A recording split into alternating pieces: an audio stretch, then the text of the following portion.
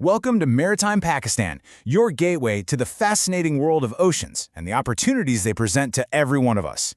Our goal here is to explore the shared heritage of the seas and oceans to achieve global prosperity. Today, we're diving into the book, The Sea in History, the Ancient World, and we're going to focus on the very first chapter. It tackles a huge problem. How do we even begin to define antiquity when we talk about maritime history? Okay, so let's start with a really powerful idea that comes straight from the ancient world itself. We've got this Greek thinker, Strabo, who's writing from inside the Roman Empire, and he says that maritime exchange, trading and traveling by sea, was the absolute key to progress. And this wasn't even a new idea back then. It just goes to show how central the oceans have always been to the human story. But here's the thing. Even though the sea is this massive global subject, our history books have been, well, surprisingly narrow. When you think of ancient seafarers, I bet a few specific names pop into your head, right? And that means huge parts of the story have just been left out. Now, what's so cool about the work we're looking at today is just how ambitious it is. It's trying to break free from that same old story that's all about the Mediterranean. The Greeks, the Phoenicians, the Romans. Instead, it wants to bring these other major players into the spotlight. We're talking about the incredible maritime traditions of India, China, and all those other cultures that the Romans just kind of lumped together as barbarians. The goal is to build a truly global picture. But, see, to even start building that global picture, historians run into a really fundamental problem, and it all starts with the very word we use for that whole era, antiquity. It sounds simple, right? But as you're about to see, it's complicated. Let's just stop and think about that for a second. If you had to define antiquity, what would you say? You might picture the pyramids or maybe Roman soldiers. But trying to nail down a single definition that works for the entire planet, well, that turns out to be one of the biggest challenges historians face. So here's the standard definition we usually work with. And wow, we are talking about a colossal stretch of time, nearly 4,000 years. It kicks off with the unification of ancient Egypt and goes all the way up to the rise of a new power in the Middle East. It's actually the longest single period in our historical timeline. And this right here perfectly illustrates the core of the problem. Just look at the major events that mark the beginning and the end of this period. The first dynasty in Egypt, Constantine in Rome, the collapse of the Western Roman Empire, the Arab invasions. Every single one of these turning points is completely rooted in the history of the Mediterranean and the Near East. So here's the bottom line. A timeline that's built around the rise and fall of Mediterranean empires, well, it might be somewhat relevant for a place like India, which was trading directly with them. But what about a civilization like China? It was on a totally different path, with its own dynasties, its own conflicts, its own turning points. For them, the fall of Rome is just not a meaningful date. It doesn't connect to their story at all.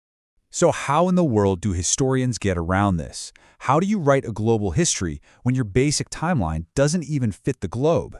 Well, they've had to get pretty creative and come up with some clever, even if they aren't perfect, solutions.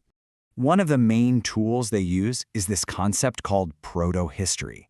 It's basically a patch, a workaround. It's a category for cultures that didn't have writing themselves, but were in contact with cultures that did. It lets historians fit them into the story, but it also kind of proves the whole point.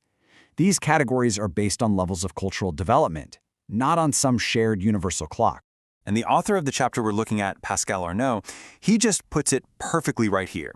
Antiquity isn't some universal constant.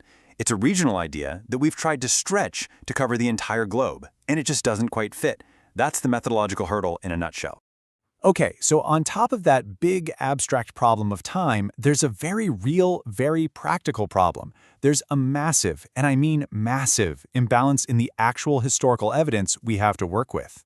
So what's this number, 150 years? Well, that's the head start that maritime archaeology in the Mediterranean has had over everywhere else. For a century and a half, researchers have been pulling incredible artifacts from the Mediterranean seabed, while similar work in other parts of the world is really just getting started. And this chart just visualizes that gap so clearly. The sheer volume of stuff, archaeological finds, written records, from the Mediterranean world completely dwarfs what we have for the Indian Ocean and the China Seas from that same time period. And this isn't because historians are choosing to ignore those areas. It's just a fundamental limitation of the evidence that's available. Arnaud calls this a glass ceiling, and I think that's the perfect metaphor. It means that no matter how much a historian wants to write a truly balanced global history, they're always going to be limited by the sources that have survived. This lack of evidence is a fundamental barrier that stops us from seeing the whole picture, at least for now.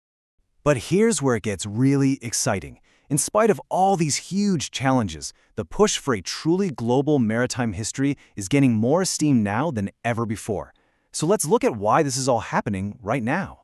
You see, this isn't just some dusty academic debate.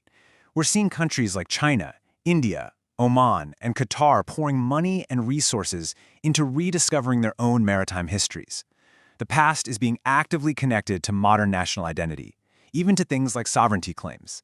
And most importantly, the actual work is starting. New underwater archaeology projects are finally getting underway in India, Sri Lanka, and China, and they promise to slowly, piece by piece, start to fix that imbalance. And that's why a book like The Sea in History is so important. It's groundbreaking because it doesn't pretend these problems don't exist. It acknowledges the skewed timeline, it acknowledges the unbalanced sources, but it pushes forward anyway. It's really a vital first step in reevaluating the role that all these non-Mediterranean cultures played, using the absolute best knowledge we have right now. And that really leaves us with a final thought to chew on. This entire challenge comes from trying to apply a local definition, a Mediterranean one, to the entire planet. It really makes you wonder, doesn't it?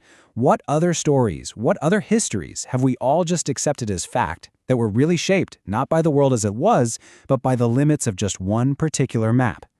We hope that you liked today's video. Please share your comments and subscribe to explore other similar opportunities. And definitely post your questions in the comments section for future videos.